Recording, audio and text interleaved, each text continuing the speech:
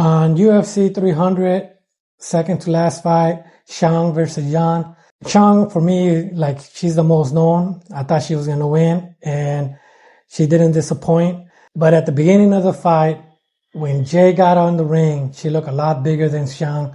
She seemed she had more power. She was stopping that kick that Zhang had, and she looked like she was better at countering.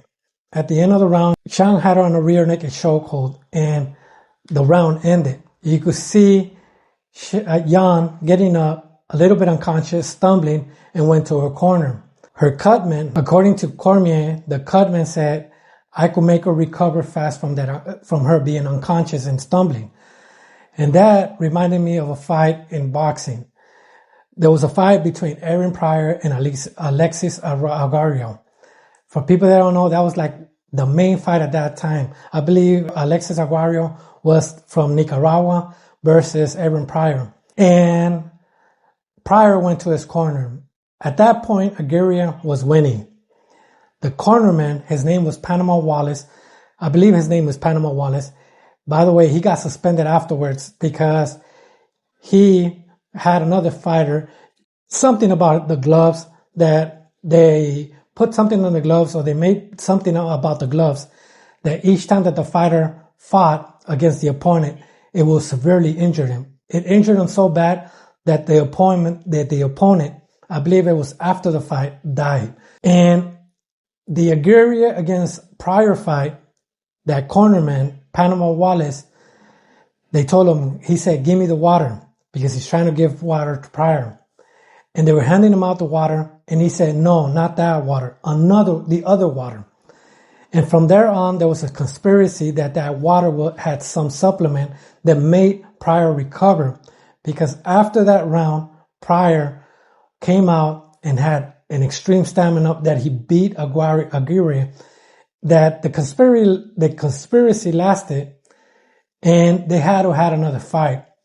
That fight, I'm not sure where it happened. I believe it happened in Miami. Since they had two fights, like I said, they had that fight, and since it was a conspiracy, they had another fight. Pryor did win both fights.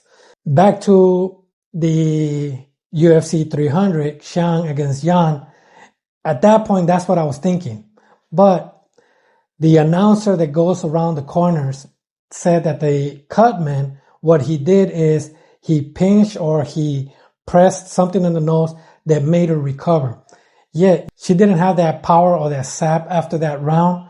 Maybe because the blood from the rear naked wasn't up there, and you could see that she was a little bit slower. At the same time, Zhang was aiming for a rear naked or grappling, basically.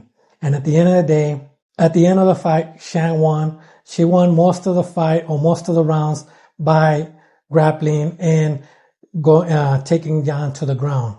And probably announced the decision. Dana White went to talk to Yan. He also talked to Zhang. I believe he talked to Zhang. But that gives the impression that Yan is still going to be in UFC, since we never know who might be in the UFC after each fight. It was a good fight. The only problem is that Yan is not good at the ground. She was holding on the fence. She got warned if she kept on doing it. I believe they were going to deduct a point, and she's going to have a bad position after that if she kept on holding on the fence.